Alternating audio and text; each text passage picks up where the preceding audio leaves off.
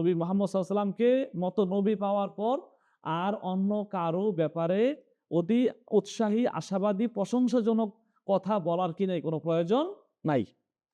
হ্যাঁ, আমরা কিন্তু এই ক্ষেত্রে মাঝে মধ্যে ভুল করে ফেলি কিনা, হ্যাঁ, যে বিভিন্ন আদর্শিক নেতা বা বিভিন্ন কবি, সাহিত্যিক বিভিন্ন ধরনের তাদেরকে অনেক ক্ষেত্রে আইডিওলজিকের ক্ষেত্রেও আমরা তাদেরকে মনে হয় যেন বেশি মডেল বানিয়ে ফেলার মতো চিন্তা চেতনা অনেকের মধ্যে, আমাদের ভাই বোনদের মধ্যে কাজ করে।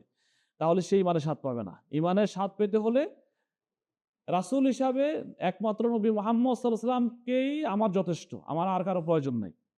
তো রাসূল হিসাবে মানে কি, জীবনের সকল ক্ষেত্রে আমার মডেল, আদর্শ হিসাবে। রাসূল বলতে আবার আমি যদি আমার জীবনের একটা অংশের সাথে রাসূলকে সীমাবদ্ধ করে ফেলি, যে এই নামাজের ক্ষেত্রে আমার রাসূল আমার যথেষ্ট, নামাজের ক্ষেত্রে অনুসরণ করার জন্য, রোজার ক্ষেত্রে আমার রাসূল আমার জন্য যথেষ্ট, তাহলে কিন্তু ইমানের স্বাদ পাওয়া যাবে না। রাসূল কি শুধু নামাজ, রোজা, হজ, যাকাত সহ নির্দিষ্ট কিছু ইবাদতের জন্যই রাসূল, নাকি 24 ঘন্টার জন্য রাসূল? 24 ঘন্টার জন্য রাসূল। এখন সকল ক্ষেত্রে আমার একমাত্র মডেল নবী মুহাম্মদ সাল্লাল্লাহু আলাইহি ওয়াসাল্লাম, যখন আমি মেনে নিতে পারবো অন্তর দিয়ে, তখন আমি ইমানের স্বাদ পাবো। এটা রাসূলের ঘোষণা।